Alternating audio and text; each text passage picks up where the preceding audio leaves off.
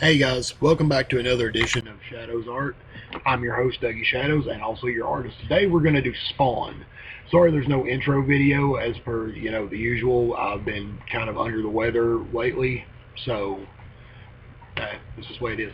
As you see here, I started out with the outline already kind of drawn out because like I said before, it kind of becomes a hassle to stop and restart and redraw that outline every time, so I just went ahead and nixed that and already had it done.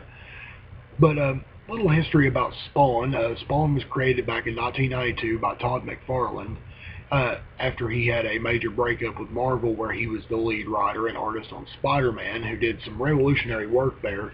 And I guess it was just a little bit too risque for the Marvel thing, but anyway, he left and founded Image Comics with a couple other artists and writers, and it was pretty much the biggest shakeup in comics history. When they came in, they pretty much dominated after that. But anyway, the character of Spawn started out, his origins. He was a Marine Corps vet and a trained assassin and killer who worked for the CIA later on. And after many successful missions and killing of innocents and things such as he did, he was betrayed by his friend and co-worker Jason Wynn and sent to hell. And of course, when he got to hell, he was offered the position of Hellspawn by the Dark Lord Malbolgia, and of course he accepted, thinking he would get to go back to the human world and be with his wife again. But he was murdered by Wynn and a colleague by the name of Angela in a fiery blaze, so he was burnt beyond recognition when he returned to Earth and without his memories. Now, the character Spawns underwent of some changes over the years. The suits changed a few times in what they call the metamorphosis, like under times of great duress or whatever, his suit will acclimate to become whatever he needs. In a fight with the villain Redeemer, who actually ended up being Jason Wynn, the man who betrayed him to start out with. It was kind of the anti-Spawn, like an angelic demon hunter. Um, he was injured and his suit morphed, or had a metamorphosis, if you will. And he lost the original, red and black and white with the boots and the gloves and all that, and it became what I'm actually drawing here. It was the second metamorphosis where it just became white and black, different chains. The cape looked more tattered, and the like I said, the red glow around the suit was gone. Um, and after that, there were a couple other metamorphoses where it became like the suit became more armored, and actually he became more angelic at some points where he actually grew wings, so forth and so on. But I preferred this version just because of the simplicity of the costume. When it got more complex, it just didn't work for me as much. Okay, now here in the drawing, we've already got, like I said, the outline done. You've got the chains have been drawn around the neck. The and the way I work is, pardon me, I draw up the specific shapes that I see. I mean, this is all done freehand. I do use references, which is from my own comic book collection.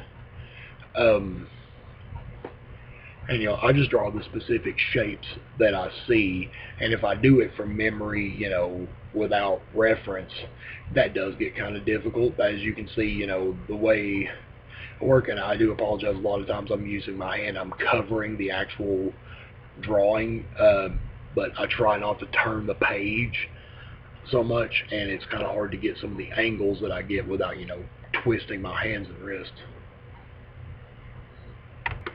Sorry about that. I had to pause there for a second.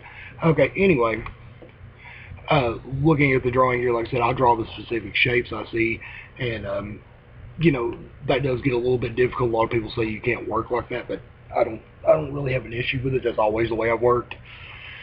I haven't really ever taken any art classes personally, other than what I had to take in like high school or middle school or whatever, but I just kind of taught myself. And as you can see, the main outline, the main drawing is almost finished. And what we're going to do is we're going to flop over to it already being outlined in the black ink, which I do use Speedballers and Eternal Black ink for that.